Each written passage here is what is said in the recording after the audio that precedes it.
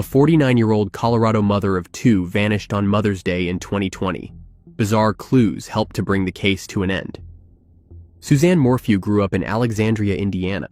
She met her future husband, Barry Morphew, in high school. He grew up in the same town as her.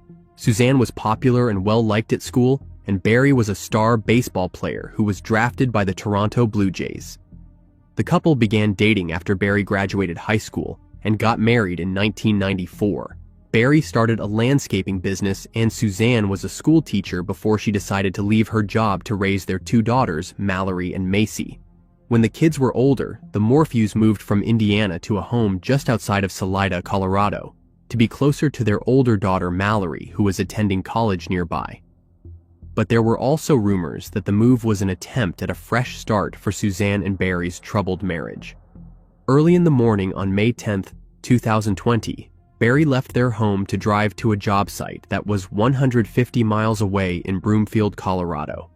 The couple's daughters, who were away on a camping trip and making their way home, texted their mother, wishing her a happy Mother's Day. But Suzanne did not respond.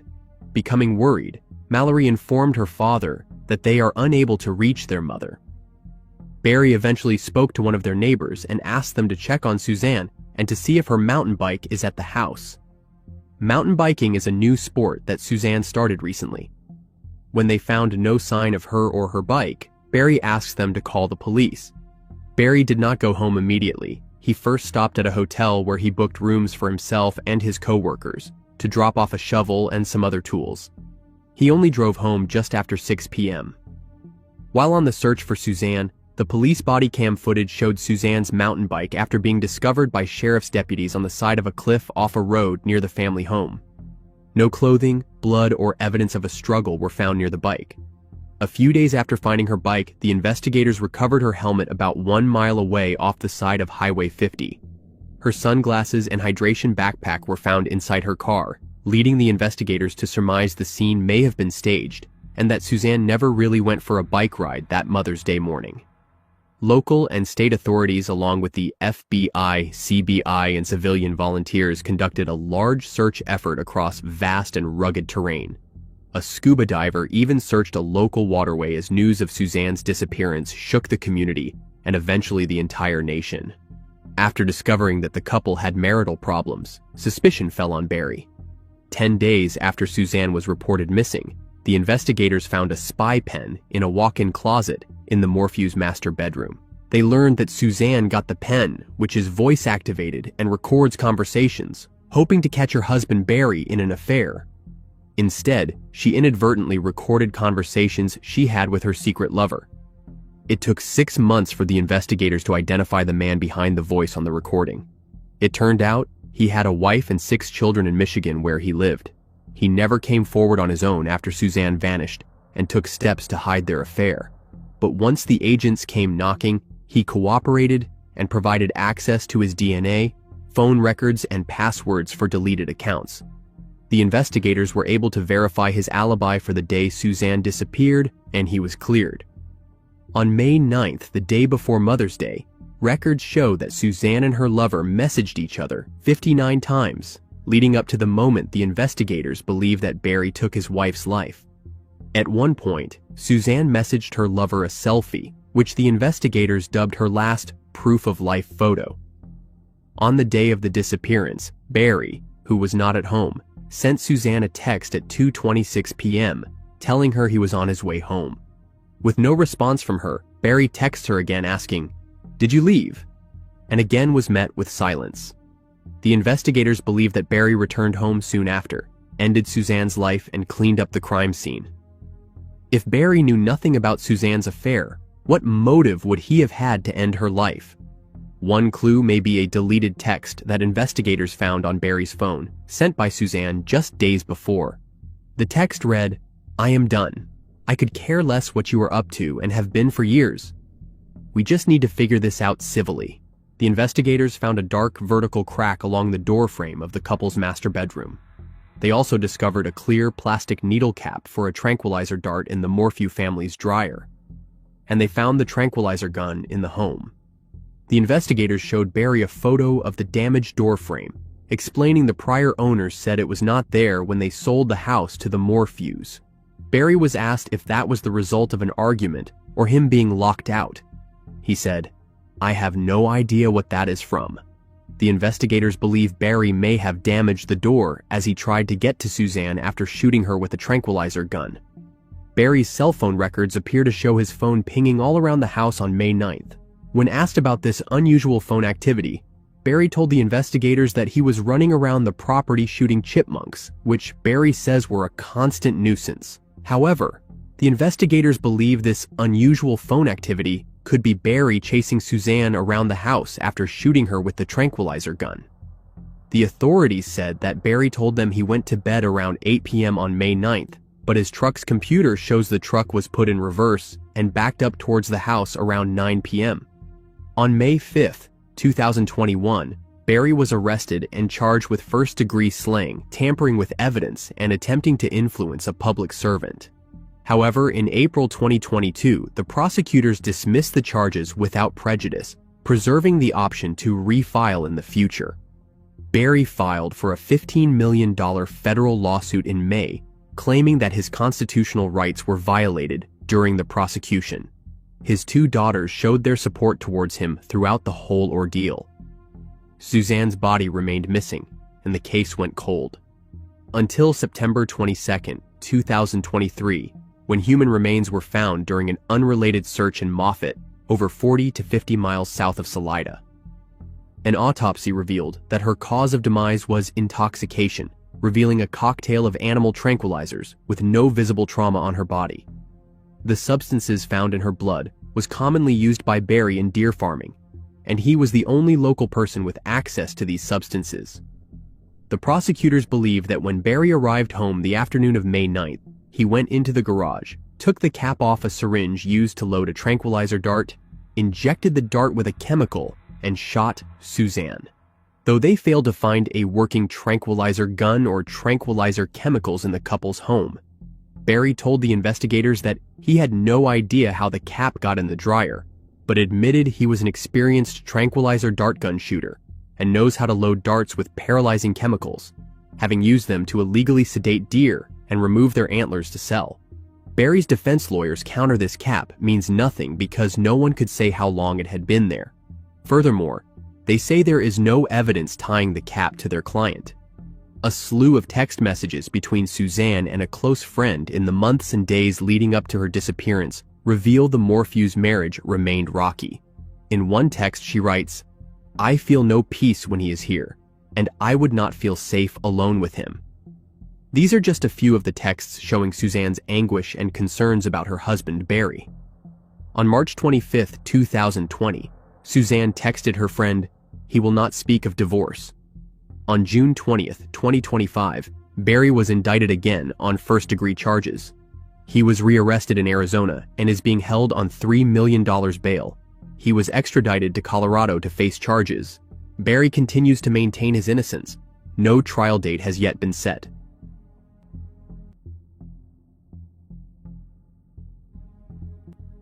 Charges have been filed by a cold case unit established regarding a 2016 cold case involving a missing and slain Indigenous person.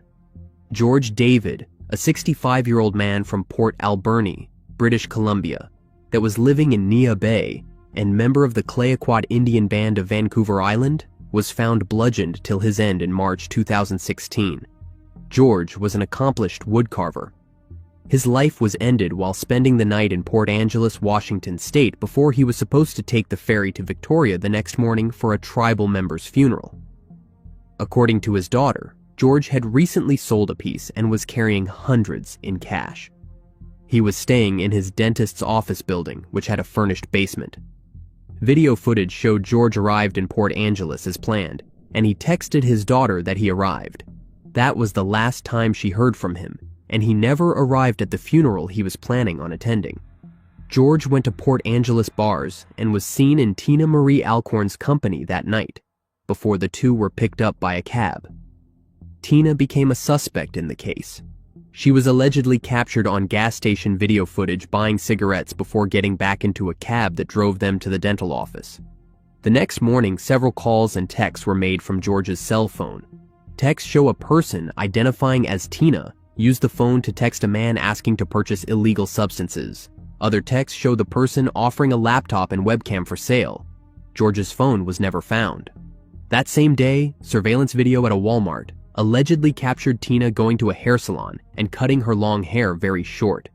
The hairstylist later told the investigators that she saw the woman had several $100s in cash when she paid, and she told the stylist she was going to turn herself in regarding an auto theft warrant in Arkansas.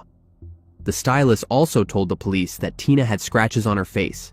Video footage at the Walmart captured the woman buying a pay-as-you-go cell phone with cash. The following Monday, the dentist entered the basement expecting George to be gone, but instead, he found George, lifeless inside a folded-up sofa bed. The mattress had bloodstains at the foot and head of it. The police found that George had several blunt force wounds, and blood had pooled near the head of the mattress, indicating that he was lying on his back when he was bludgeoned till his end. The police also found a wrapper for a pipe wrench. The dentist told the police that he had bought the pipe wrench but never used it and stored in the basement's utility room.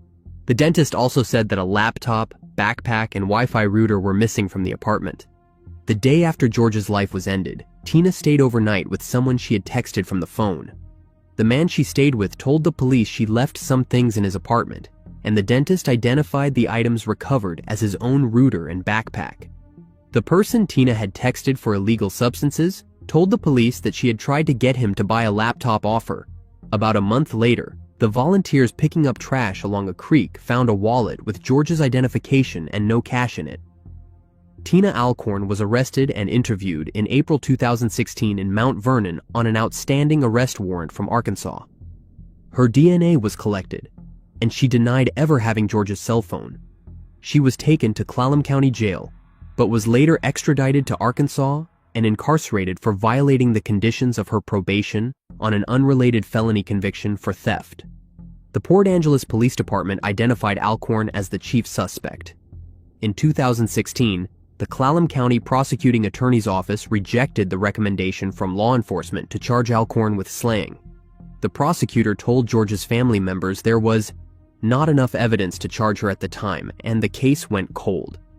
8 years later, in 2024, the Port Angeles Police Department, which conducted the initial case, reached out to the Cold Case Unit for assistance. The department conducted additional evidence investigation and DNA analysis. The analysis determined blood recovered from under George's fingernails matched Alcorn's, and a DNA profile on a cigarette butt at the scene and on the pipe wrench wrapper also matched Alcorn's. On June 3, 2025, 55-year-old Alcorn was arrested in Arkansas, and she arrived in Washington on June 9th to face charges. She is charged with second-degree slaying and remains in custody at Clallam County Jail on $1 million bail. She is expected to appear for a status hearing at 9 a.m. on September 26th, and her trial date has been set for March 23, 2026.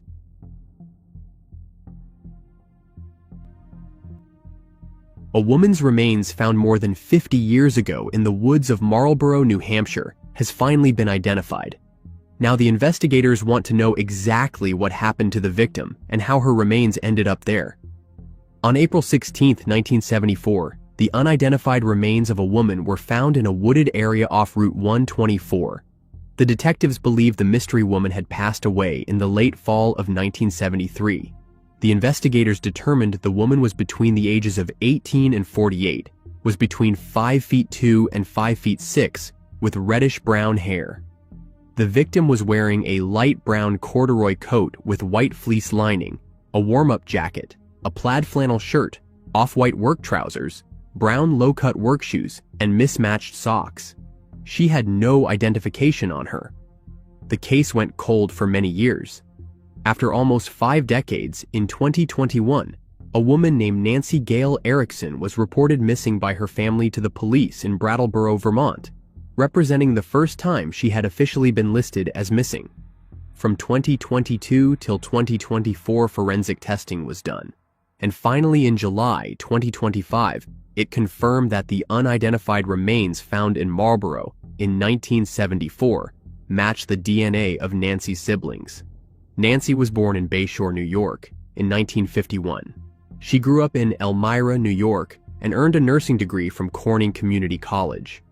In 1972, she moved to Tampa, Florida, to join her mother and siblings, working as a nurse at Tampa General Hospital.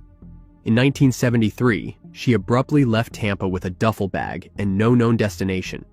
Her siblings told the investigators that they believed the emotional toll of her nursing work might have led to her sudden departure.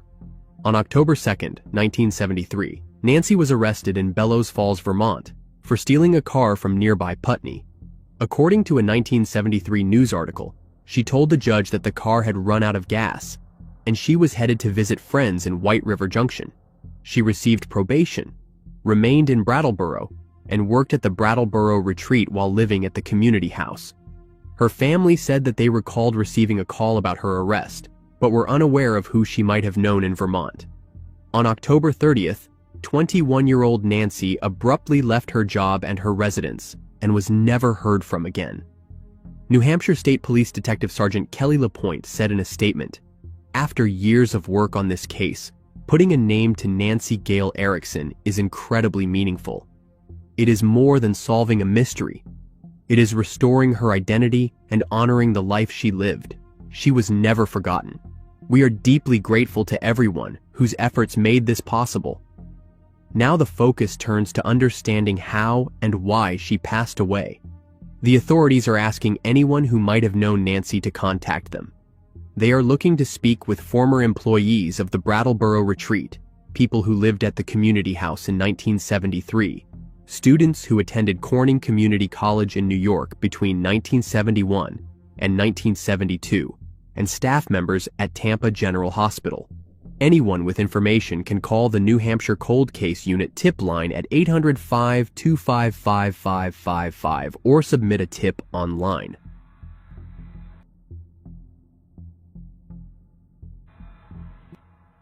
A beloved father lost his life in a brutal way. Thanks to DNA testing, the perpetrator has been identified. Stephen Kilwein moved to Bozeman, Montana in 1986.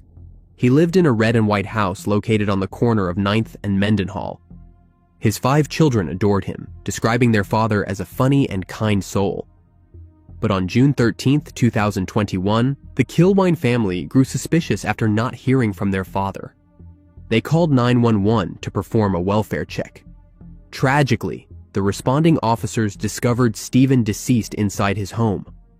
2 days later, an autopsy was performed in Billings, and the medical examiner determined his cause of demise to be slaying and noted the man had endured multiple chop-style injuries. The Bozeman Police Department detectives then initiated an investigation. During the initial crime scene sweep, they located an Apple iPhone in Stephen's front yard. The detectives then determined that the phone belonged to Austin Klaus. Later, when the detectives interviewed Austin, he reportedly claimed it was his cell phone. Call detail records were analyzed by the FBI Cellular Analysis Survey Team, which showed Austin's cell phone to be in the area of the crime between approximately 12:15 a.m. and 1 a.m. on June 13, 2021. A neighbor told the detectives that they heard some noise over the weekend, one early morning around 2 a.m., describing the sound as possibly 3 people having an argument or talking loudly.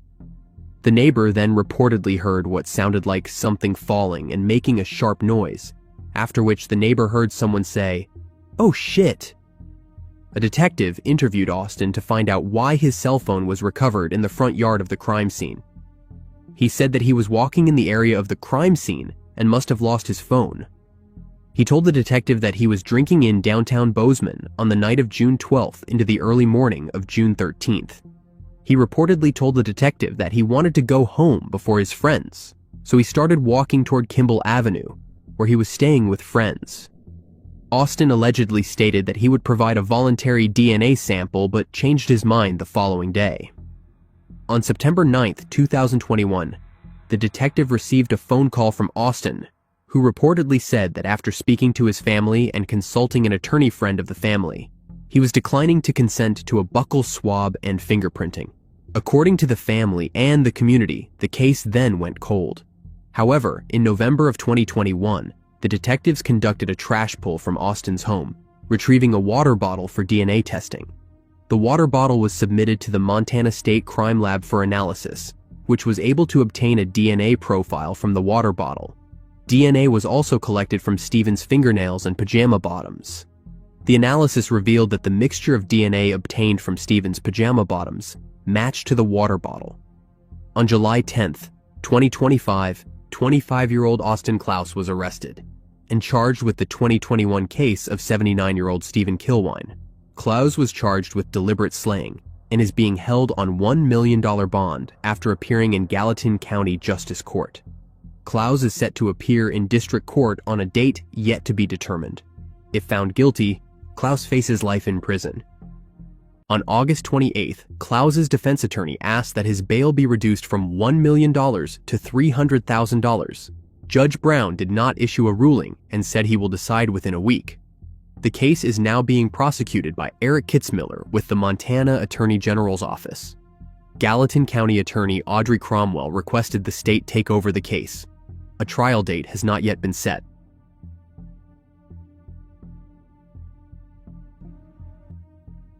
A newborn girl was found fatally stabbed and dumped in a trash can in Franklin, Indiana. 31 years later, the baby girl's parents have finally been identified. On April 13, 1994, two juveniles searching for recyclables while they were walking home from school found the body of an unidentified newborn girl in a trash can at Temple Park in Franklin, Indiana. An autopsy revealed that the baby girl had been stabbed till her end shortly after her birth. She had multiple stab wounds, and it was ruled that her life was ended. The officers that were investigating the case named the girl Baby Hope. With the help from the community, they collected donations to provide a funeral and a headstone for the infant. The investigators pursued leads for years, which took them nationwide, but they found no parents, no suspects, no information, and the case went cold. The case was officially reopened in 2019. With new eyes on the case, the investigators hope to bring this case to an end. On July 14, 2025, the Franklin police announced major new developments in the 31-year-old case. With assistance from the Indiana State Police Crime Lab and advanced support of DNA technology, the investigators utilized genealogy to identify the baby's biological mother. She was identified as Cheryl Dawn Larson. At the time of the baby girl's demise in 1994, Cheryl and her then-husband lived near Temple Park. Cheryl passed away in 2018 and could not be interviewed. The investigators determined Cheryl's then-husband was not the baby's biological father. The detectives spoke with her family, friends, and neighbors from 1994 and positively identified Paul Richard Shepard as Baby Hope's biological father. Paul has been cooperative with the investigation, and upon learning he was the baby's father, he chose to name her Hope Shepard. Franklin Police Lieutenant Chris Tennell said, "While we remain deeply saddened by the tragic and unjust loss of Baby Hope, we are grateful to finally achieve some degree of closure after 31 years. With Cheryl's demise, the investigators were not able to determine more on her level of involvement in the baby's end. Franklin PD said formal charges will not be filed at this time, but that could be reconsidered if new information emerges. Johnson County Coroner Mike Pruitt said that the investigators are still asking anyone with additional information on the case to come forward to help provide complete closure to the case. The official shared a statement on the behalf of Paul, saying that he was shocked and grieved to learn that the child known as Hope was his child. He was completely unaware that Cheryl, a woman with whom he had a brief relationship with, was pregnant with his child. He first became aware that the child was his after voluntarily providing a DNA sample to the police. The shock of this revelation was overwhelming and continues to be so still today. Paul continues to struggle with the grief which has exacerbated his health conditions and from which he can find no relief. The very thought that a child fathered by him was subjected to such evil is one he cannot escape from. He has no answers which shed any light on the case of his child and no relief from the grief he endures from the unknown. In August 2008, in Jacksonville, Arkansas, an 18-year-old was shot and slain. Nearly 2 decades after the crime, a breakthrough came. Danick Adams, was just beginning to carve out her life when tragedy struck. On August 15th, as Danick and her friend made their way to her car after leaving the gym, a masked gunman approached. The gunman fired multiple shots at Danick, fatally wounding her before stealing her car and fleeing the scene. Her friend, horrified, immediately dialed 911, but Danick's injuries were too severe. She passed away before the paramedics could arrive. Danick had recently graduated from high school and had big dreams. She was known for her bright smile and her kind-hearted nature. Her family and friends spoke of how she had so much potential, how she had planned to attend college and one day help those around her. But that future was taken from her in an instant. The impact of her demise rippled through the community, leaving friends, family, and even strangers grappling with the senselessness of it all. Despite initial efforts to find the perpetrator, the police had little to go on. The only clue they had was the stolen car, which did not lead them to the perpetrator. The case eventually went cold. For nearly 17 years, the identity of Danick's perpetrator remained a mystery, leaving her family and the Jacksonville community without answers. Detective Cindy Harbour, who had worked on the case early on, refused to let it be forgotten. After retiring in 2021, Harbour returned to the case as an auxiliary officer, determined to bring closure to a family left grieving and in pain. Her dedication would eventually pay off. In June 2025, Lavelle DeMario Calvin, a man from Memphis, was arrested in connection with her case. The case was sealed, but the arrest marked a moment of profound relief for Danick's family. Danick's mother, Amy, said, "I have just always prayed that there would be an answer one day." For years, Amy had struggled with the heart-wrenching unknowns of the case. The pain of losing her daughter never lessened, but the news of an arrest brought some sense of closure. Calvin was not immediately identified as a suspect, but his criminal history, including previous violent offenses, drew police attention. Despite being questioned in 2012, he initially denied any connection to the crime. The investigation into Calvin's background revealed a man with a violent history, one who had committed multiple offenses against women in the past. Calvin's history painted a clear picture of a man capable of violence, but the investigation needed more than just suspicion. It needed hard evidence. As the case progressed, Danick's family reflected on her life and the loss they had endured. The grieving process was made all the more difficult by the years of uncertainty. But even in her demise, Danick's memory lived on, her family determined to see justice served. Amy said, "I am just so thankful and so happy. But at the same time, I just want to scream and cry." Danick's father, still struggling with the pain, said, "We waited so long. We thought we would never get an answer."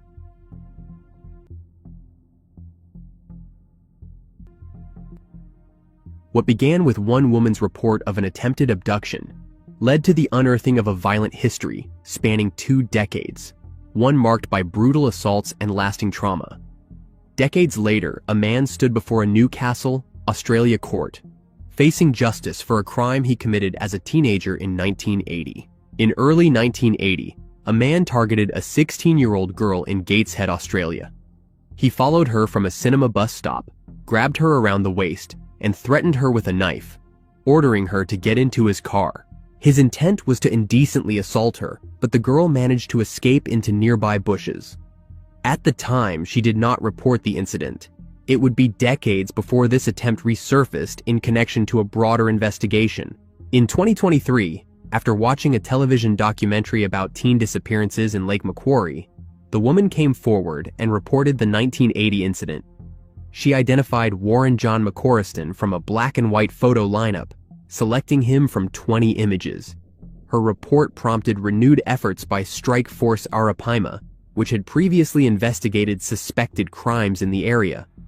As a result, McCorriston was arrested in Queensland in early 2024 and extradited to New South Wales to face the long-delayed charges. McCorriston was born in the 1960s in Newcastle, New South Wales, making him 64 years old in mid-2025. He grew up in a home defined by dysfunction, instability, and trauma. From a young age, he was subjected to a deeply abusive environment, with his father being violent and aggressive. Neglect was a constant, and the home was plagued by substance abuse. This toxic environment shaped McCorriston's early worldview, exposing him to violence as a regular part of life and distorting his understanding of relationships and emotional expression. Psychiatric reports presented to the court painted a disturbing picture of McCorriston's upbringing. He was raised in a household where fear and survival overshadowed safety and support. The normalization of aggression and the absence of nurturing left deep psychological scars. These reports emphasized how the trauma from his early years contributed to long-term emotional damage and a fractured sense of identity. They suggested that the patterns of abuse and chaos he witnessed as a child would later echo in his adult behavior. McCorriston attended school in the Newcastle and Lake Macquarie area, but left in year 11, around 1979. His decision to leave was reportedly driven by a need to help support his family financially. However, leaving school at such a crucial time also meant losing access to positive structure and influence. With no educational guidance and already burdened by trauma, he was left to navigate adult responsibilities far too early, further deepening the cycle of instability that began in childhood. Despite these challenges, McCorriston eventually found a path into the hospitality industry. He worked his way up and held managerial roles in several prominent establishments.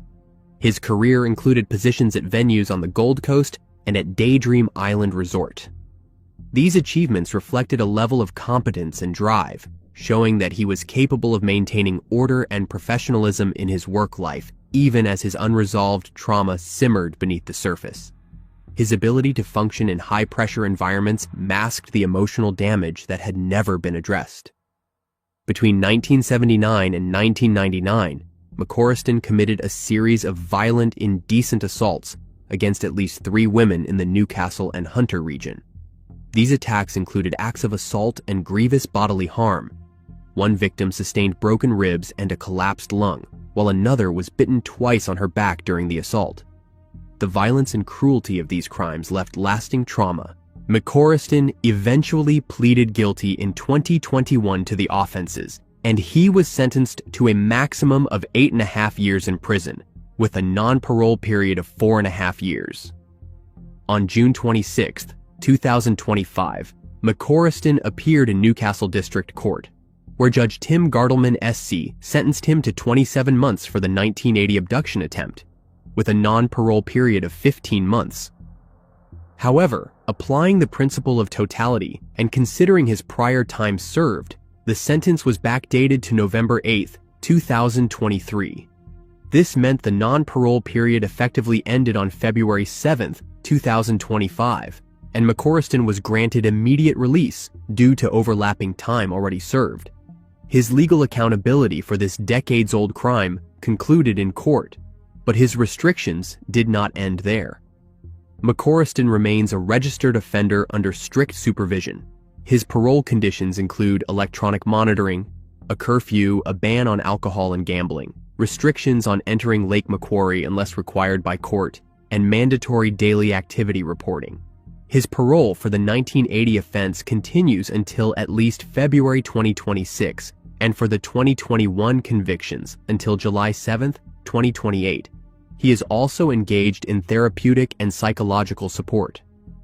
While the defense highlighted his abusive upbringing, youth at the time of the original offense, and progress made in rehabilitation, the prosecution stressed that his violent behavior extended into his late 50s, with unresolved allegations still under investigation. The court noted that, although his moral culpability may have been lower in his youth, rehabilitation is ongoing, and full accountability has yet to be achieved.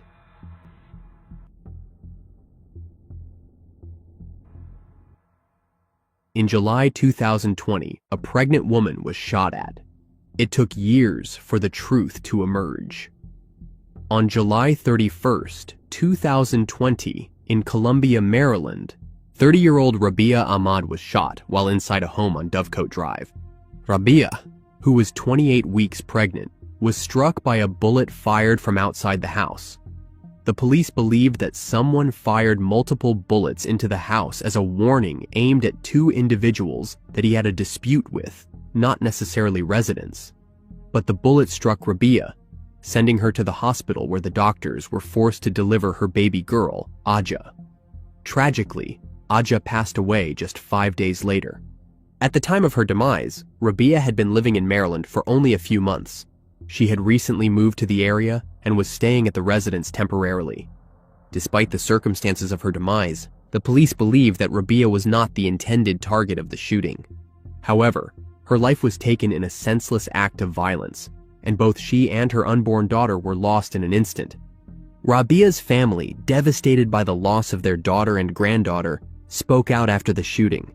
Rabiah's mother, Jamila Ahmad, said, "You shattered my life. You took my passion, my daughter and my granddaughter." The grief and pain of losing a loved one, especially in such a violent and unexpected way, was compounded by the uncertainty of not knowing who was responsible for this senseless act. For years, the case went cold. Despite the police's efforts, there were no immediate leads, and Rabiah's perpetrator remained at large. The Howard County Police Department continued its investigation, but the answers it desperately sought seemed impossible to find. For Rabiah's family, the waiting was unbearable. They lived with the constant anguish of not knowing who was responsible for their loved one's end. But then, on April 9th, 2025, nearly 5 years after the shooting, the case took a dramatic turn.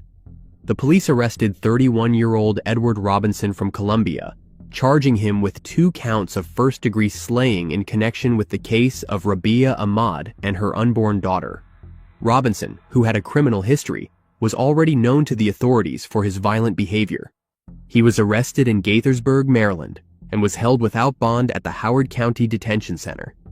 Robinson's arrest followed a thorough investigation that was eventually handed over to the Howard County Police Cold Case Unit in September 2023. After re-examining the case and receiving a tip from an anonymous source, the detectives connected Robinson to the shooting. They discovered that Robinson had been involved in a dispute with 2 individuals at the Dovecote Drive residence, and the gunfire was believed to have been a warning directed at them.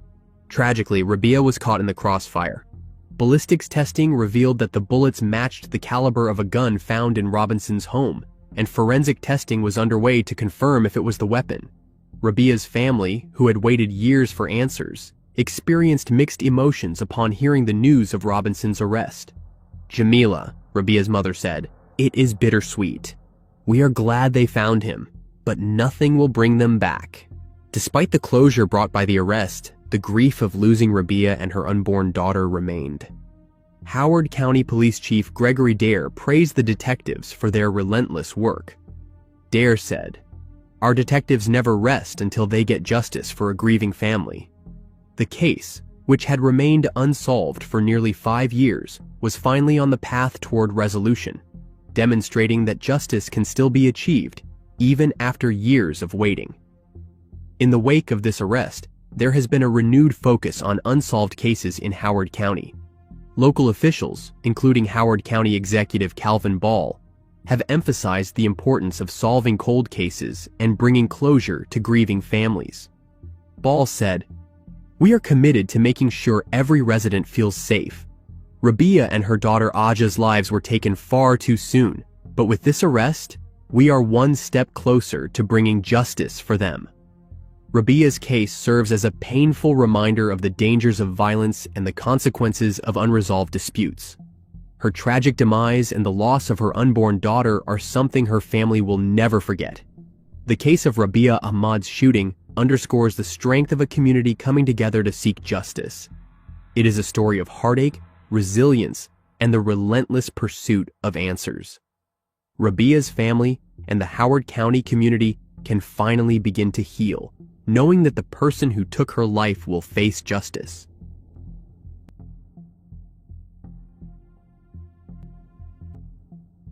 In October 1991, a missing persons report was filed in Apsley, Ontario. For over 3 decades, her family lived without closure. On October 7, 1991, 40-year-old Angelien Josephine Quesnelle was reported missing in Apsley, near Peterborough. Her family grew concerned when she did not return, and she was officially reported missing on October 9th, 2 days after she was last seen. Despite an extensive search, she was nowhere to be found. On November 10th, a month later, her vehicle was discovered in an abandoned quarry near Ridge Road and Highway 620, east of Coe Hill. Although personal items were found nearby, Angelien's whereabouts remained unknown. 5 days later, on November 15th, a hunter discovered Angelien's body on McCoy Bay Road. A post-mortem confirmed that her life was ended. For years, the case went unsolved, leaving her family to grieve without answers. The Ontario Provincial Police continued their investigation, but the trail ran cold, and the case remained a mystery. Her mother, Maria Quesnelle, never stopped searching for the truth. Maria said, "We have been living in a state of not knowing for so long, not knowing what happened to our daughter, why she was taken from us." The OPP never abandoned the case, and their commitment to finding the truth never wavered. Over the years, the investigation was revisited with new advancements in forensic science, but it was not until 2025, over 3 decades later, that a breakthrough was made. On June 19, 2025, 70-year-old David Alexander Snow was charged in the first degree in connection with Angelien's demise. Snow, who was already serving a life sentence for the 1992 case of Ian and Nancy Blackburn, was linked to Angelien's case after years of investigation. His criminal history and the work of the OPP investigators led to his arrest.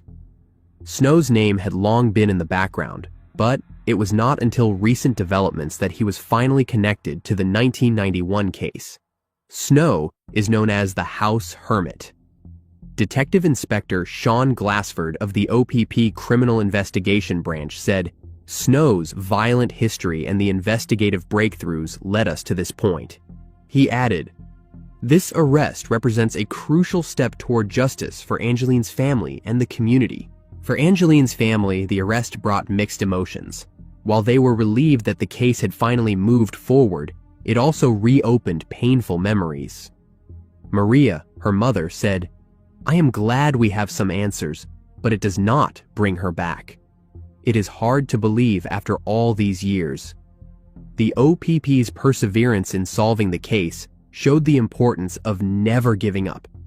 Constable Joe Brisebois said, "Even when we had no new leads, we knew that we had to keep going." Angelien deserved justice, and her family deserved closure. David Snow's arrest after years of uncertainty not only brought closure to Angelien Quesnelle's case, but also raised new questions about his potential involvement in other unsolved crimes, as his violent past left many wondering how many others might have fallen victim to his actions. The OPP's dedication, combined with new forensic techniques, finally connected Snow to Angelien's end, bringing much-needed relief to the community of Apsley. Local community members said, "It has been a long wait for justice, but now we can finally begin to heal." For Angelien's family, the arrest did not erase the pain of their loss, but it did provide a sense of justice. Maria said, "It is a bittersweet moment. We waited for so long, but knowing that someone will be held accountable for her demise brings some peace." Snow, already convicted, faces trial for his role in Angelien's case, marking a significant chapter in his criminal history. For Angelien's family, the trial is just another step in their relentless pursuit of justice. Angelien's case serves as a reminder of the resilience of law enforcement and the relentless pursuit of justice. It also highlights the painful reality that families often have to wait years for the closure they deserve. But with the arrest of Snow, Angelien's family can finally take a breath, knowing that the person responsible for her end will face justice. As the case moves forward, the community of Apsley, Ontario, can finally start to heal. While nothing can bring Angelien back, the relentless efforts of the OPP and the strength of her family have ensured that her perpetrator will finally face the consequences of his actions.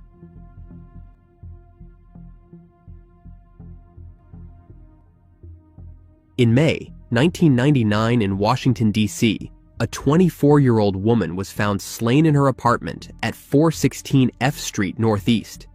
She had been brutally stabbed 13 times in her bedroom. On May 21st, Susan Noelle Cvengros' roommate discovered the scene when she arrived that evening. The apartment door was unlocked, and a window in Susan's bedroom was open. Susan had moved to D.C. to pursue her career, known for her compassionate nature and love for animals. She had recently started working at a local animal shelter, caring for abandoned pets. Her life was just beginning when it was violently cut short, leaving her family devastated, and the question of why unanswered for years. The case baffled investigators. The crime scene offered little evidence, and there were no immediate suspects. Despite thorough interviews and efforts to gather leads, the case went cold. Over time, Susan's case was nearly forgotten, though her grieving family and the D.C. police remained determined to solve it. Despite the end, the D.C. Metropolitan Police Department never gave up. They kept the case open, revisiting it whenever new evidence or technologies emerged. Though years passed, the case remained a priority, with the hope that justice would eventually be served. In 2012, after a decade of stagnation, the case gained renewed attention with the advent of DNA testing technologies. This brought a breakthrough, but not immediately. During this period, the investigators re-examined evidence and began to connect Susan's case to a man named George Mudd.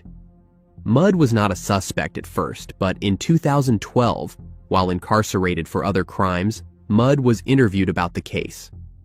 During the interview, Mudd denied knowing Susan and claimed that he had no involvement in her case. He also could not explain why his DNA was found at the scene. But a breakthrough came when DNA testing revealed a match between Mudd's DNA and the samples taken from Susan's body. The discovery was a breakthrough, but it would take more years before Mudd would be arrested and charged. The DNA evidence was clear. Mudd was involved in her demise.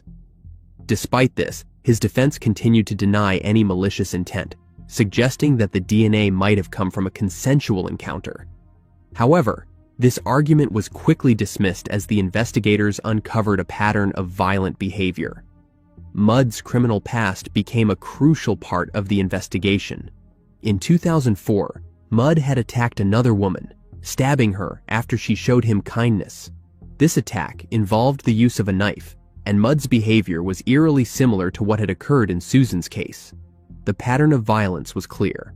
Mudd had a history of attacking women, and Susan was another victim of his brutality. When Mudd was arrested in 2025, 26 years after Susan's demise, the years of investigation finally paid off. The case was solved, but the justice came at a heavy cost. Susan's family had endured years of uncertainty. The wait for justice was long, and while Mudd's arrest brought some relief, it did little to ease the pain of their loss. Susan's sister said, "I never thought this day would come. It is a strange feeling. We are grateful that someone is finally being held accountable, but it does not bring her back." The impact on the D.C. community was also profound. Susan's demise had left a mark, and seeing the case solved brought both closure and lingering grief. Lieutenant Keith Batten, a member of the D.C. Police Branch, said, "Our technology has grown so much from 1999 to now." The use of DNA technology had been instrumental in solving the case, and Batten expressed hope that other cold cases could be solved using similar methods. As the case progressed, Mudd's denial continued. However, the overwhelming evidence against him painted a clear picture. The prosecutors presented his violent criminal history, and the DNA evidence solidified his role in the case. While Mudd denied the crime, his past suggested otherwise. The evidence pointed to premeditated violence. In the end, the court decided there was enough evidence to charge Mudd, and he was held without bond. He will appear back in court on July 30th. For Susan's family, the arrest was bittersweet. Her mother said, "Susan had dreams, and she was just starting her life. It is not just about justice.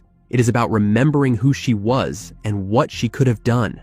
The arrest of George Mudd did not undo the pain of losing Susan, but it brought a sense of closure to her family.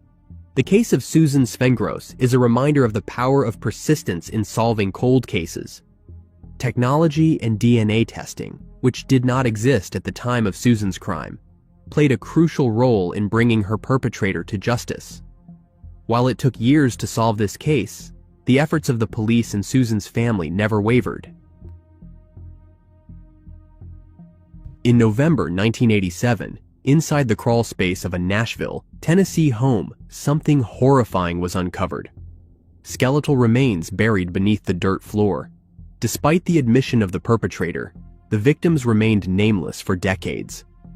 On Tuesday, November 17, 1987, a tenant renting a home at 3509 Charlotte Avenue in Nashville, Tennessee, made a chilling discovery. While inspecting the dirt floor beneath the crawl space, he stumbled upon human remains buried beneath the surface. Shocked and alarmed, the tenant immediately contacted the police. The officers responded without delay and began excavating the area. What they unearthed were not just bones, but the skeletal remains of 2 women. A police detective stated at the scene, "I am very confident now that we have 2 victims. We have 2 skeletal remains, and there is no other bodies or body parts or evidence we need to seek out." Shortly after the gruesome discovery, the investigators shifted their focus to a man named James Schaffer, a former tenant of the same residence. At the time, Schaffer was already incarcerated in Kentucky, serving a sentence for the kidnapping and assault of a 14-year-old boy. During the investigation, he confessed to ending the lives of the 2 women. According to his statement, he had taken the lives of the 2 women in 1985, claiming he acted in a moment of rage. He alleged that the women were prostitutes known to him only as Sheila and Little Bit, and that the fatal encounter occurred when he caught them attempting to steal from him. Despite Schaffer's confession, the authorities faced a major obstacle. The identities of the 2 women remained unknown. The remains were skeletal, and in 1987, forensic technology was limited. There was no way to use biometric data or DNA to determine who they were. Without names, the investigation hit a wall. For all the effort put into the case, it eventually went cold. There were no leads, no new witnesses, and no tools available to solve the mystery of who these women were. Detective Matt Filter of the Metro Nashville Police Department later explained the difficulty the investigators faced. He said, "The 2 women were never identified back in 1987 because they were skeletal remains." One of the victims, referred to as Sheila Jane Doe, was described as a Black or African American biological female between the ages of 20 and 40, standing approximately 5 feet 8 inches to 5 feet 10 inches tall.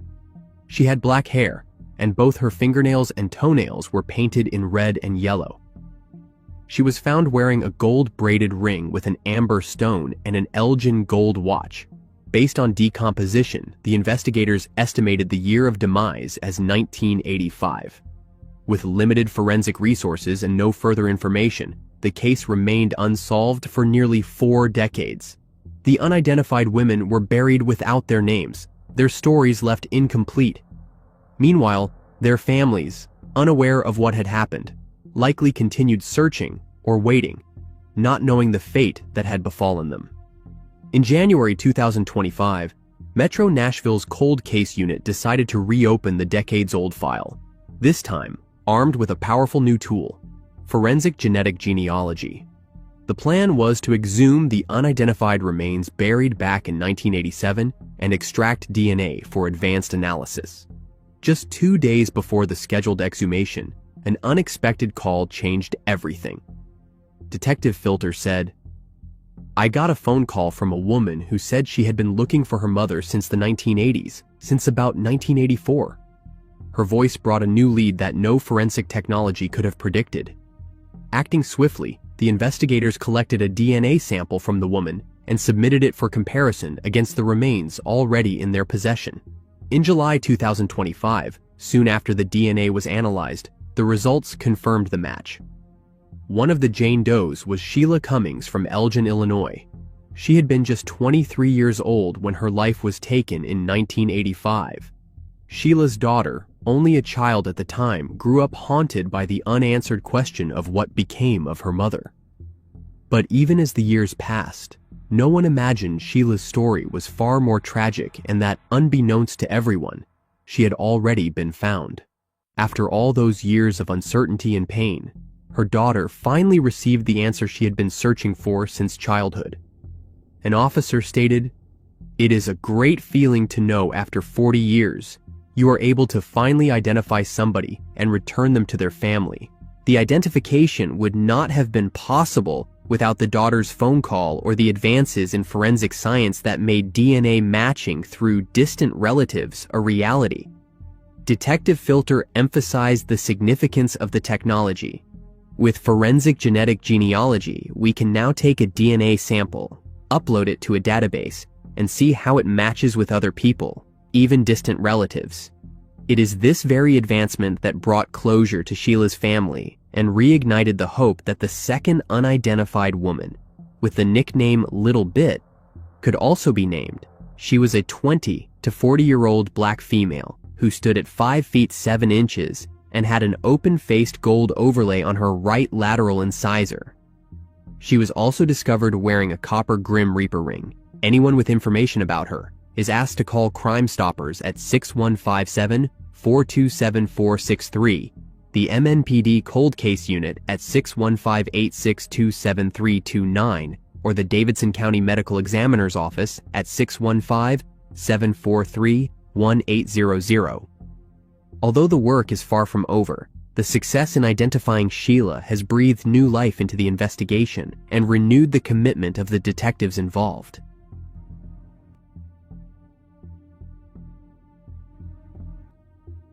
In March 1977, a woman left Sealy, Texas, with her husband and young son for what was supposed to be a healing trip to Georgia.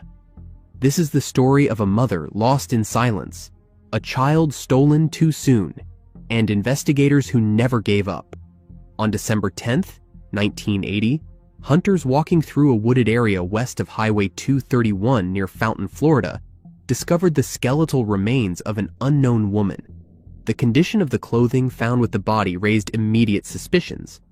Damage to the fabric suggested that foul play had occurred. With little to go on, the investigators worked to determine the identity of the remains and whether they could be linked to any ongoing or cold cases in the region. Initially, the authorities believed that the remains could belong to Joanne Benner, a 21-year-old mother of 2 who had vanished in 1976 under mysterious circumstances.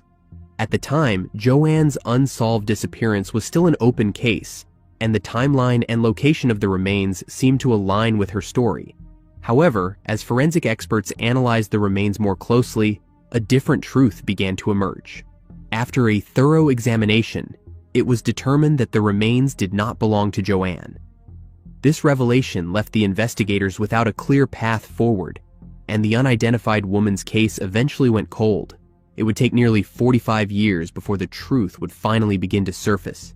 In 2025, advancements in modern technology allowed the Bay County Sheriff's Office Cold Case Unit to reopen the case and re-examine the unidentified remains.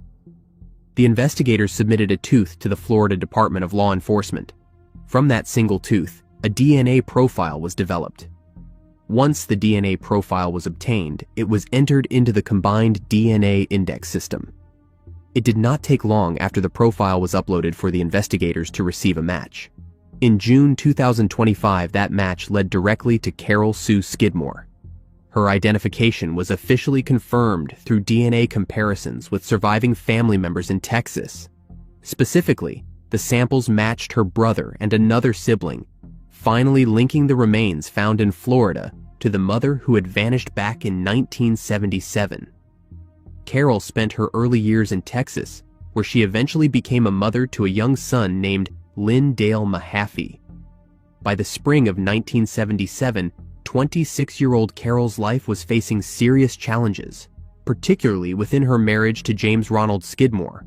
Hoping to repair their fractured relationship, the couple, along with their 5-year-old son, left their home in Sealy, Texas on March 29th for what was meant to be a healing visit to James's parents in Rossville, Georgia. Carol last made contact with her family on April 9th, telling them she was not sure when they would return. It would be the last time her family would ever hear from her. Weeks later, in May, tragedy struck when young Lynn's body was discovered in Parksville Lake, Tennessee, wrapped in plastic and submerged. Then, on June 1st, James Skidmore was found deceased in an Arkansas motel room, the victim of substance overdose, leaving behind a cryptic note stating things were not working out for him, and no sign of Carol. The investigators would eventually come to the grim conclusion that James was responsible for the fatal end of both his wife, Carol, and their young son, Lynn. They believed that after committing these acts, James took his own life. However, with Carol still missing and no conclusive evidence tying all the pieces together, the case remained shrouded in uncertainty for decades. After years of painful uncertainty, Carol's family finally had confirmation of what had happened to her. For her brother, who had waited nearly half a century for answers, the discovery brought both closure and profound gratitude. Thanks to persistent investigators and evolving science, Carol is no longer a missing person. She is known, remembered, and finally laid to rest.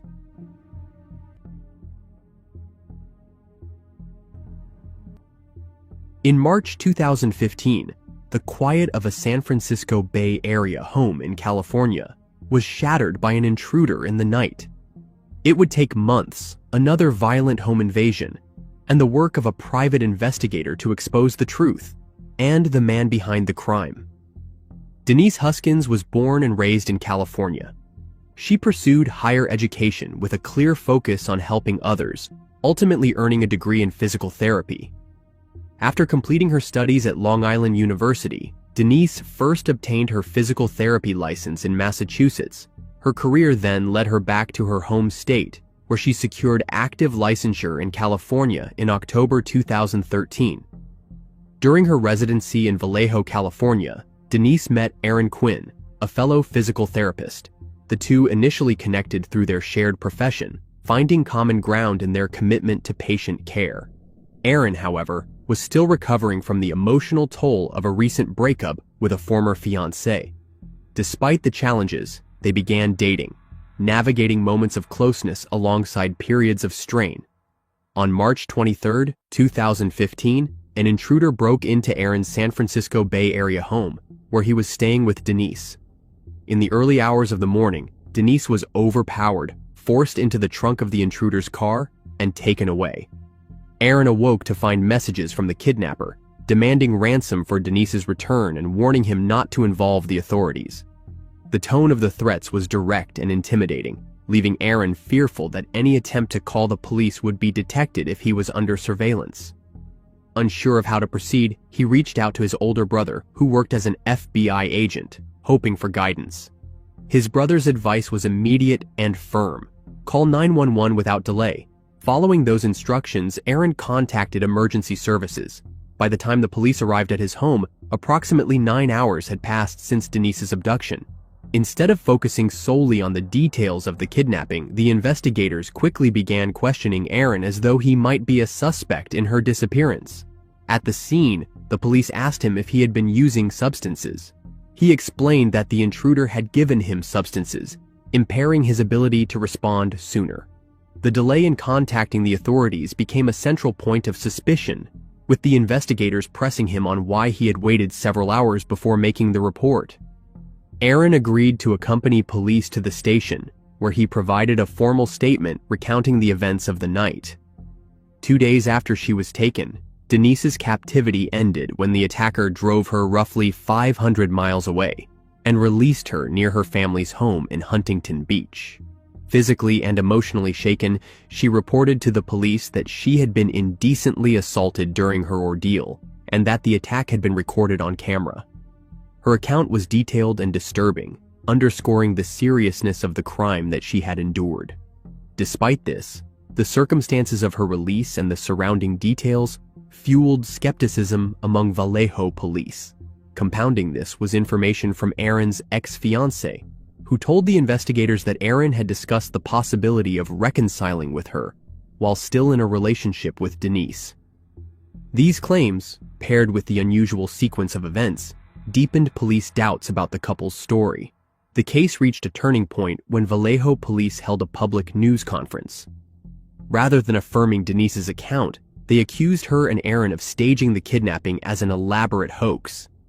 They asserted that the incident had wasted significant police resources and demanded a public apology from the couple. In Dublin, California, approximately 40 miles from Vallejo, another disturbing incident unfolded on June 5, 2015. In the middle of the night, a couple was startled awake by an intruder shining a bright light directly into their faces. Acting quickly, the woman ran into the bathroom to call 911 while her husband physically confronted the attacker. The struggle was intense, but the intruder managed to escape the home. In his haste, however, he left behind crucial evidence, including a cell phone, zip ties, duct tape, and a glove. Items that would later prove essential to solving a larger mystery. By this time, Denise and Aaron had faced months of public doubt and police accusations. Determined to clear their names, they hired a private investigator who became instrumental in breaking the case wide open. This investigator meticulously examined the evidence from the Dublin home invasion, starting with the abandoned cell phone. Tracing its registration, she discovered it was linked to the stepfather of a man named Matthew Muller. The search did not stop there.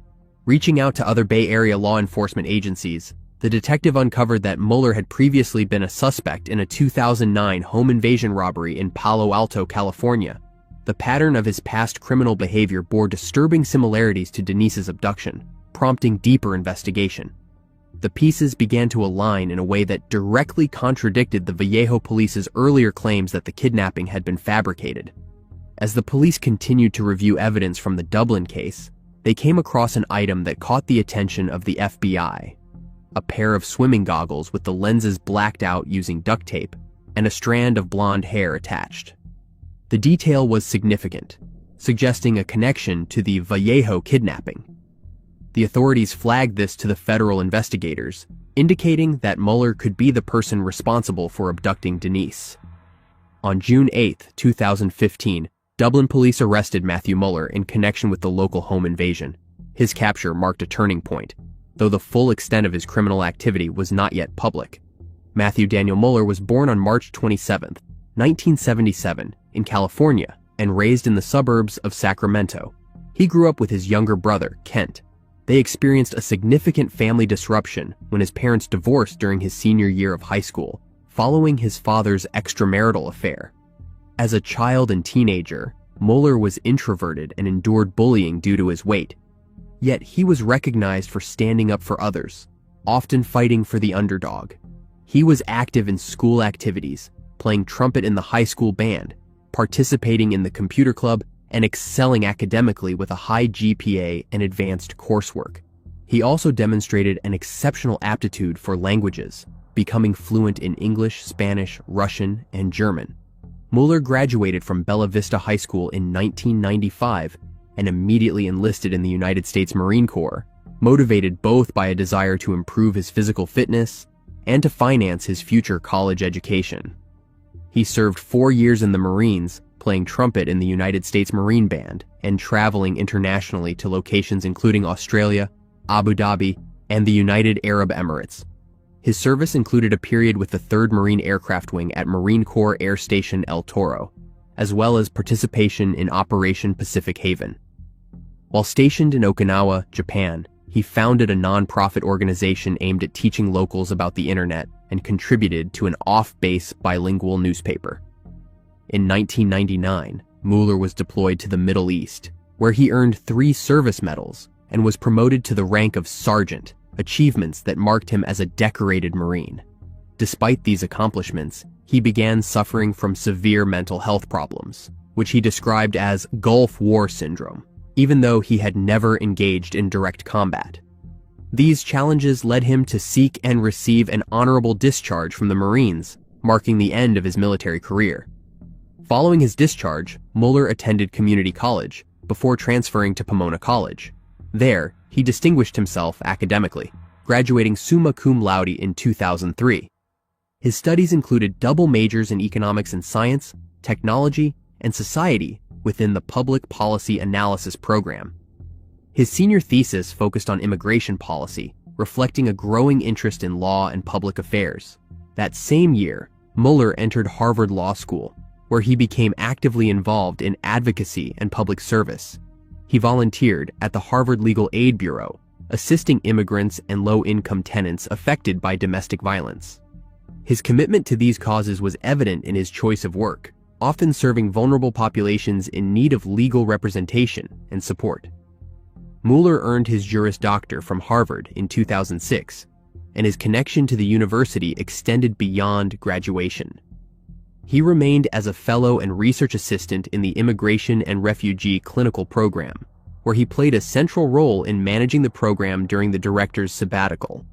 The FBI executed a search of Mueller's home, where they uncovered compelling evidence tying him directly to Denise's abduction. Among the items recovered was Aaron's stolen laptop, a tangible link that erased lingering doubts about the couple's account. The discovery of these items not only connected Mueller to the Dublin attack, but also directly implicated him in the high-profile Vallejo kidnapping case. In September 2016, Mueller pleaded guilty in federal court to one count of kidnapping, admitting to a series of calculated actions during the abduction of Denise. He acknowledged using pre-recorded audio messages to create the illusion that multiple people were involved, employing blacked-out swimming goggles, liquid sedatives, and other tools to carry out the crime. His plea marked a formal acceptance of responsibility for the kidnapping, and he was sentenced to 40 years in federal prison. Beyond the federal conviction, Mueller faced additional state charges, including kidnapping, burglary, robbery, and 2 counts of assault by force. However, in November 2020, proceedings in the state case were delayed when he was found incompetent to stand trial due to mental health concerns.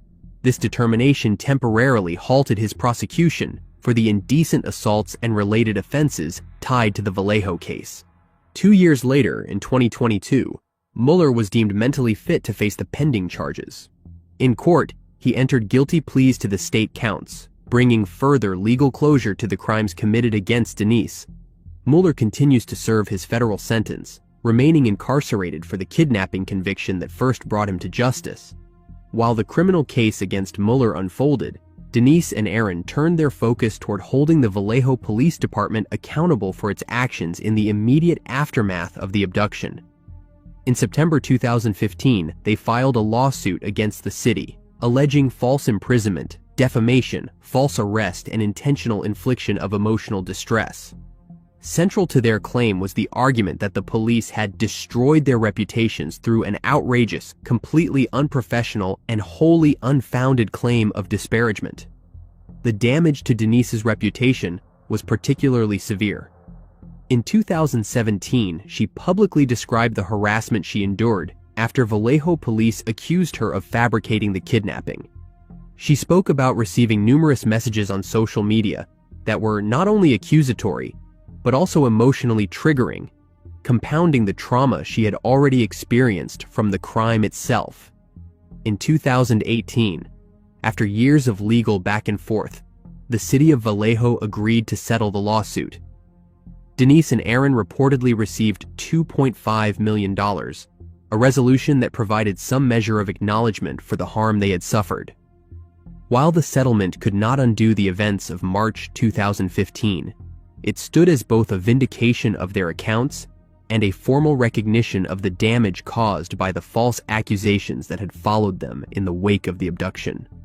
In 2025, a decade after their ordeal started, Denise and Aaron are now working with law enforcement and using their traumatic experience to help change the way officers are trained to interrogate suspects. Denise said, "It is terrifying to me to think of how many victims there might still be out there that are living in fear and wondering if they are going to be attacked again, and that their perpetrators are still out there." Working with Denise and Aaron and using science-based interviewing, Nick Borges, a police chief in Seaside, California, and El Dorado County District Attorney Vern Pearson, got Mueller to confess to even more crimes that became cold cases from behind bars. Mueller's timeline of confessed crimes dates back to August 1993, when he was just 16 years old. There was an alleged kidnap and indecent assault that took place then.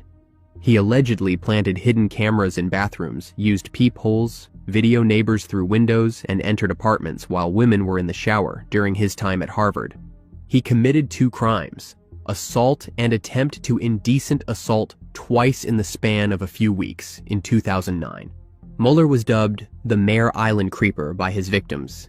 In 2025, charges were filed against Mueller for a previously unreported San Ramon area kidnapping for ransom in 2015.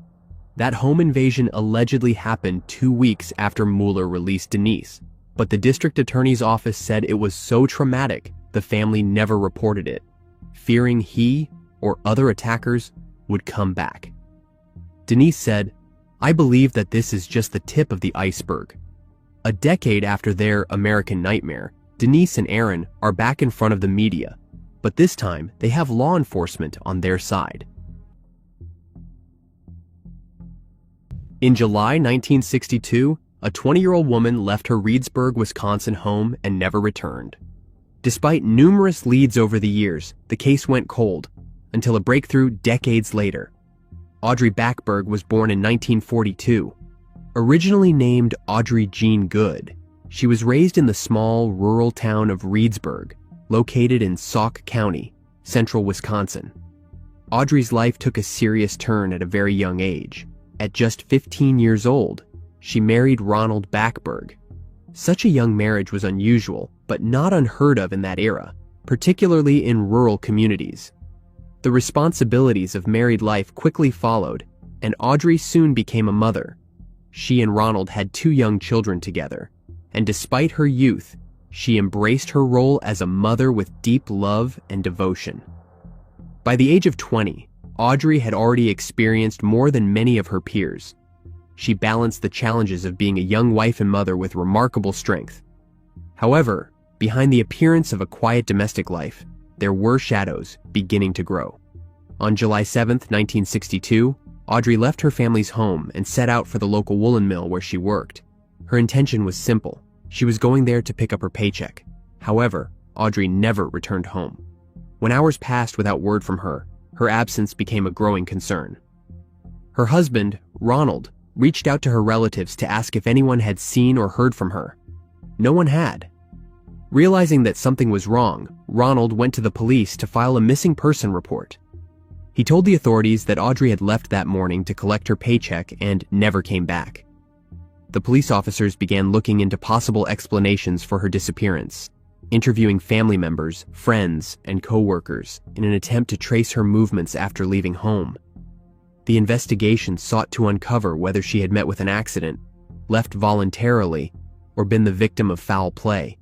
Shortly after Audrey was reported missing, a 14-year-old babysitter who sometimes cared for the couple's children came forward with information. She claimed that she and Audrey had hitchhiked from Reedsburg to Madison and then taken a bus to Indianapolis. According to the babysitter, once they arrived in Indianapolis, she herself decided not to return home. Audrey, however, was last seen walking alone near a bus stop in the city. That sighting would be the final confirmed account of her movements.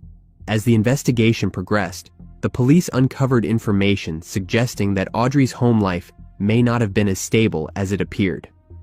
Reports indicated that Audrey had previously filed a complaint with the authorities regarding domestic abuse, alleging that her marriage was abusive. This revelation added a troubling layer to the case, raising questions about whether her disappearance might have been connected to her personal life. Over the years, the investigators followed numerous leads in hopes of finding Audrey. They spoke to individuals who had known her, tracked reported sightings, and examined possible links to other cases. Yet each lead eventually reached an end. Without new evidence, progress was slow and frustrating for those seeking answers. Ultimately, the search for Audrey grew cold. In May 2002, 4 decades after Audrey Backeberg vanished, the investigators announced plans to search a Sauk County property based on information from an informant who claimed that her body had been buried there. The lead was treated seriously, but law enforcement made it clear they were uncertain about the truth of the claim. The police stated that they did not know exactly what had happened to Audrey or whether she had met with foul play. One officer remarked, "We do not know if she is simply a missing person living a life somewhere else. We do know there has been no activity on her social security number." This absence of financial or official records since her disappearance only deepened the mystery. The 2002 property search raised hopes for a breakthrough, but no human remains were found, and the trail once again went cold. Then, in early 2025, the case was reassigned as part of a broader review of cold case files. Investigators took a fresh look at all available records, determined to see if overlooked details could bring new clarity. The process involved re-examining evidence, re-interviewing witnesses, and carefully piecing together the fragments of information that had been gathered over the decades. During this renewed investigation, the sheriff's office uncovered new insights that shifted the direction of the case. Among the findings was an out-of-state arrest record that matched Audrey Backeberg's identity. This discovery prompted further inquiries, which ultimately confirmed that the woman in question was indeed the same person who had gone missing in 1962. Further investigation revealed that Audrey's disappearance had been by her own choice and was not the result of criminal activity or foul play. The sheriff's office confirmed that she had left voluntarily, and the long-standing mystery surrounding her fate was rooted in personal circumstances rather than violence. One police officer remarked, "She is happy, safe, and secure, and just kind of lived under the radar for that long." The decision to leave had been deeply personal and, as records showed, was motivated in part by the abusive nature of her marriage, a situation she had reportedly reported to the authorities only days before she vanished in 1962. Over the years, Audrey had built an entirely new life for herself. She adopted a new identity, remarried, and settled far from Wisconsin, choosing to keep her past a closed chapter. She maintained a quiet, low-profile existence, successfully avoiding public attention for more than 6 decades. This deliberate separation from her former life allowed her to create stability and peace on her own terms. When a detective finally reached her in 2025, Audrey agreed to speak by phone. The conversation lasted 45 minutes, during which she expressed no regrets about the decision she had made so many years earlier. She was confident in her choice and made it clear that her priority remained her privacy. While willing to speak to the investigators to confirm her safety, she emphasized that she did not wish for her location or personal details to be disclosed. 82-year-old Audrey continues to live out of state, her exact whereabouts known only to law enforcement. For her family, the news brought a complex wave of emotions. Many had lived for decades, unsure whether she had passed away, been harmed, or was simply gone without explanation. Learning that she was alive was both a relief and a shock. The revelation reopened old feelings and raised new questions, but it also offered closure to a mystery that had haunted them for generations. While contact between Audrey and her surviving relatives remains uncertain, the detective handling the case has offered support should she choose to reconnect. Her decision to remain private is respected, leaving her story as one of survival, reinvention, and the enduring weight of a life lived away from the past.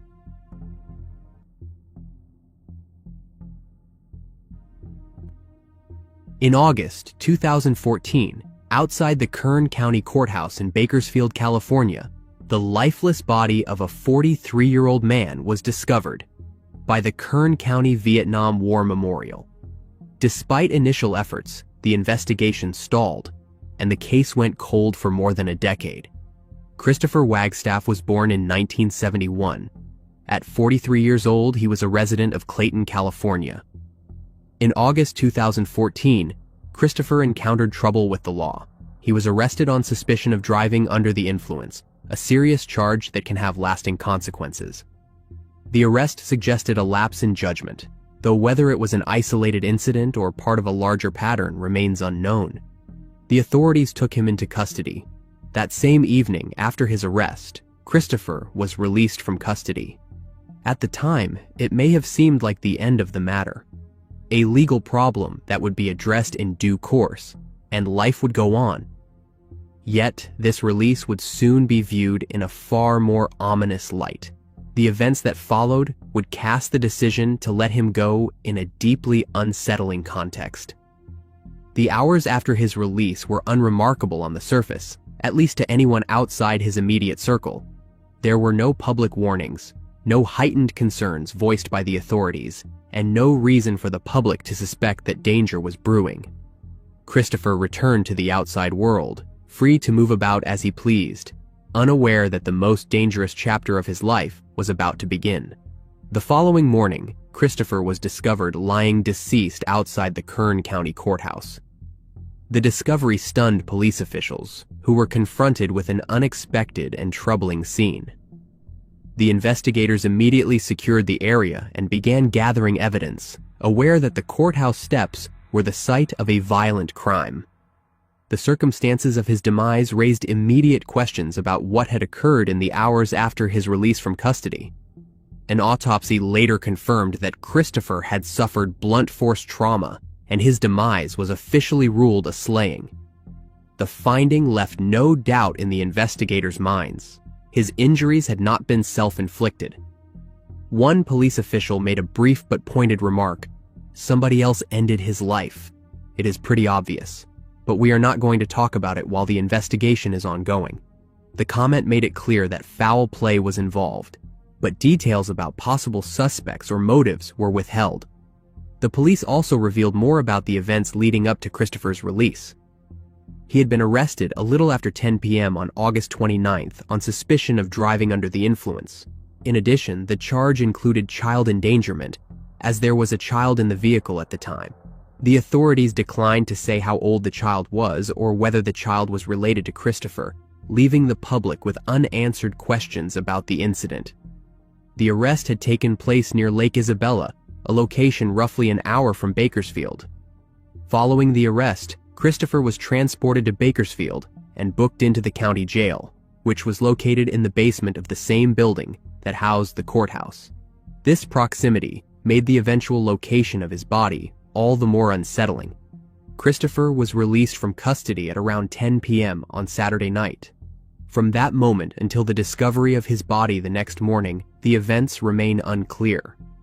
The police worked to piece together a timeline of his movements, hoping to identify where he had gone, who he had been with, and what might have led to his demise in such a public location. Despite their efforts, the investigators were unable to uncover any solid leads.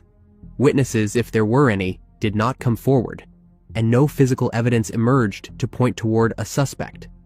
1 month after Christopher's demise, in September 2014, Bakersfield police had released surveillance footage showing a person of interest in the crime. The video depicted an unidentified individual wearing a light-colored shirt and dark shorts while pushing a shopping cart. The man stops just north of the memorial. He leaves the shopping cart and walks toward the area, out of view of the camera, where Christopher's body was later found. He leaves that area about 90 seconds later and stands by a light pole. Then he returns to the crime scene area, reappearing a minute later. He walks away while pushing the shopping cart. A search of areas where it was believed the suspect may have gone turned up a shopping cart in the south parking lot of the Bakersfield City Council building.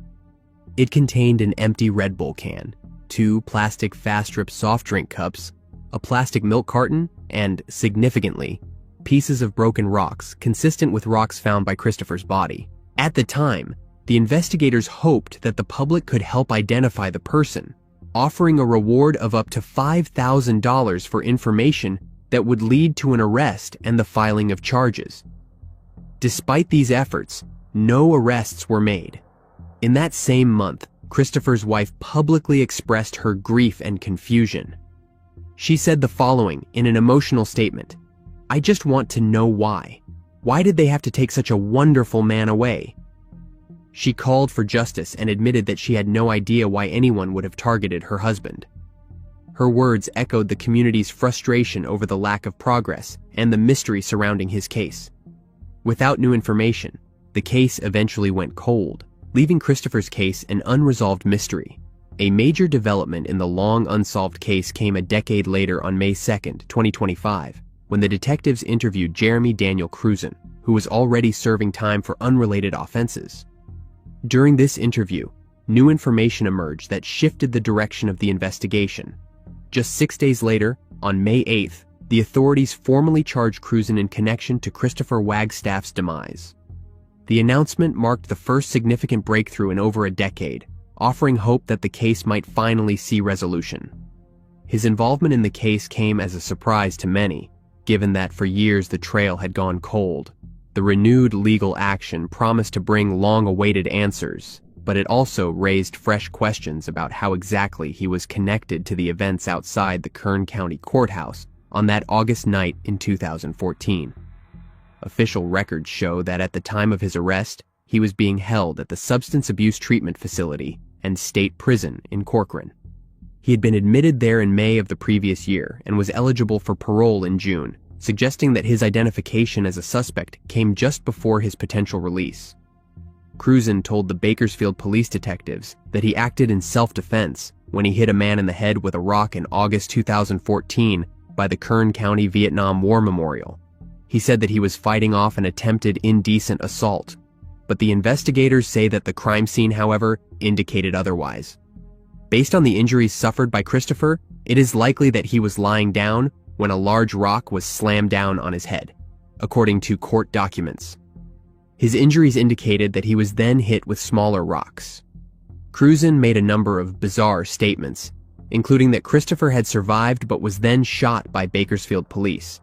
That was easily disproved as Christopher's body had no gunshot wounds. Cruzen stated that he wishes for a lesser charge, but it was not granted.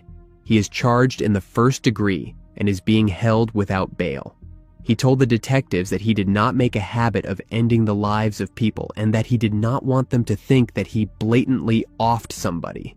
Cruzen was identified thanks in part to fingerprints that was left on the Red Bull can found in the shopping cart near the crime scene. Cruzen faces felony slaying charges and is awaiting arraignment, with court proceedings expected to begin shortly after the formal charge. He is due back in court late August.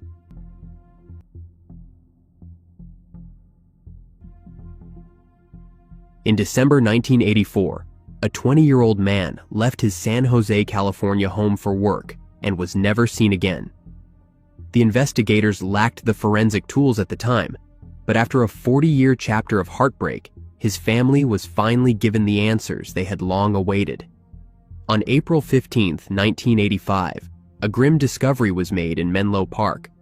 Partial skeletal remains were found in a secluded area. The investigators were cautious in their approach. The remains had deteriorated significantly, and due to the limitations in forensic technology at the time, the police could not link the remains to a person. The investigators continued to pursue leads, but without the ability to confirm the identity of the remains, the case began to lose momentum and slowly went cold. In October 2023, nearly 4 decades after the discovery of the remains, the officials took a critical step toward solving the mystery. The remains were exhumed and submitted for modern DNA analysis in hopes of finally identifying the individual. The San Mateo County Coroner's Office coordinated with a Colma cemetery and the Sheriff's Office to carry out the exhumation. Once the remains were recovered, a DNA sample was carefully extracted and sent to the California Department of Justice. There, forensic specialists developed a DNA profile from the sample, which was then uploaded to the Combined DNA Index system. A breakthrough came when CODIS indicated a potential match between the unidentified remains and a DNA sample submitted in 2016 as part of a missing persons case. The investigators reviewed the match and began the process of verifying the relationship between the two samples.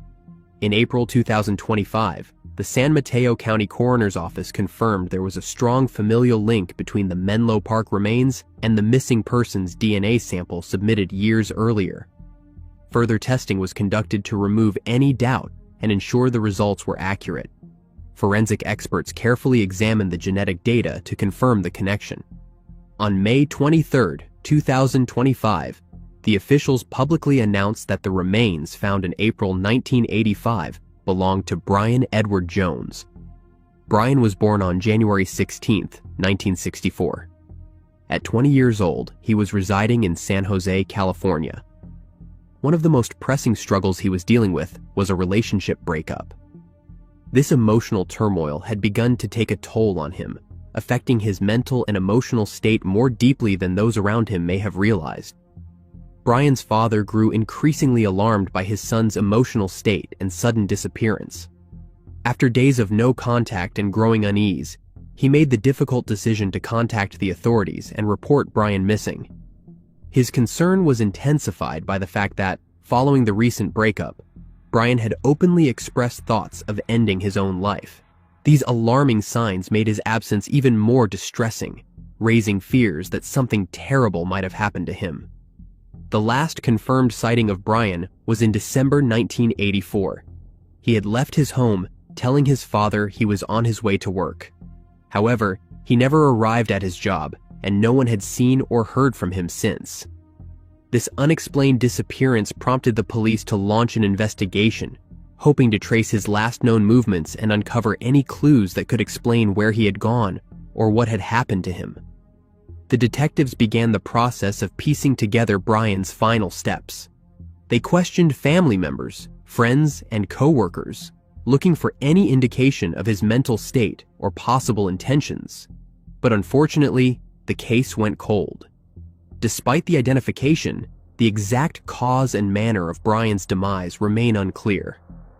The decomposition of the remains and the passage of time left little evidence behind. However, for Brian's family, finally knowing his fate provided a sense of peace they had been denied for 40 years.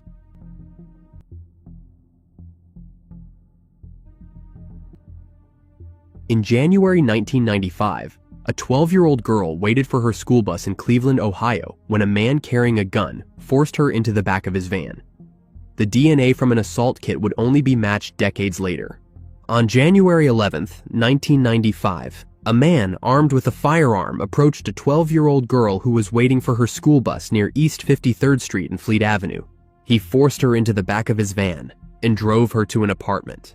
There, he assaulted the child before driving her to her school. Once at school, the young victim informed her principal about the assault.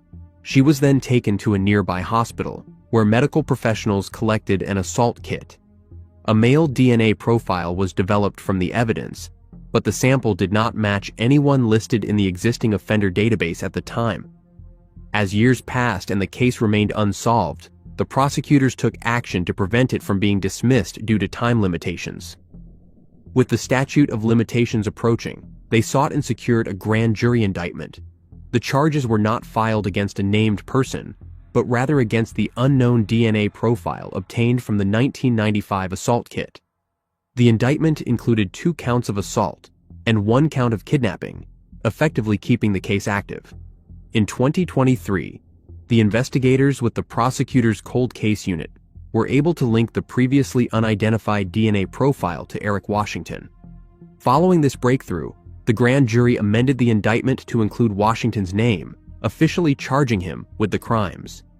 Common Pleas Judge Kevin Kelly presided over Washington's bench trial and found him guilty on all counts. This led to an amended indictment and Washington's conviction on 2 counts of assault and 1 count of kidnapping, bringing a measure of justice after decades of waiting. On May 21, 2025, Judge Kelly sentenced 73-year-old Washington to life in prison with the possibility of parole only after serving 70 years. This harsh sentence reflected the severity of the crimes and the impact they had on the victim's life. Court records reveal a troubling history, showing that Washington had prior convictions for battery in 1988 and stalking in 1994. Additionally, he was convicted of assault in 1973. Washington, who resides in Wheeling, West Virginia, has indicated plans to appeal his sentencing. In response to the verdict, prosecutor Michael O'Malley commented, "She has waited 30 years for justice, and today's verdict is a significant step toward that." Records also show that Washington pleaded guilty to battery in Cuyahoga County in 1988 and was sentenced to 3 to 10 years in prison.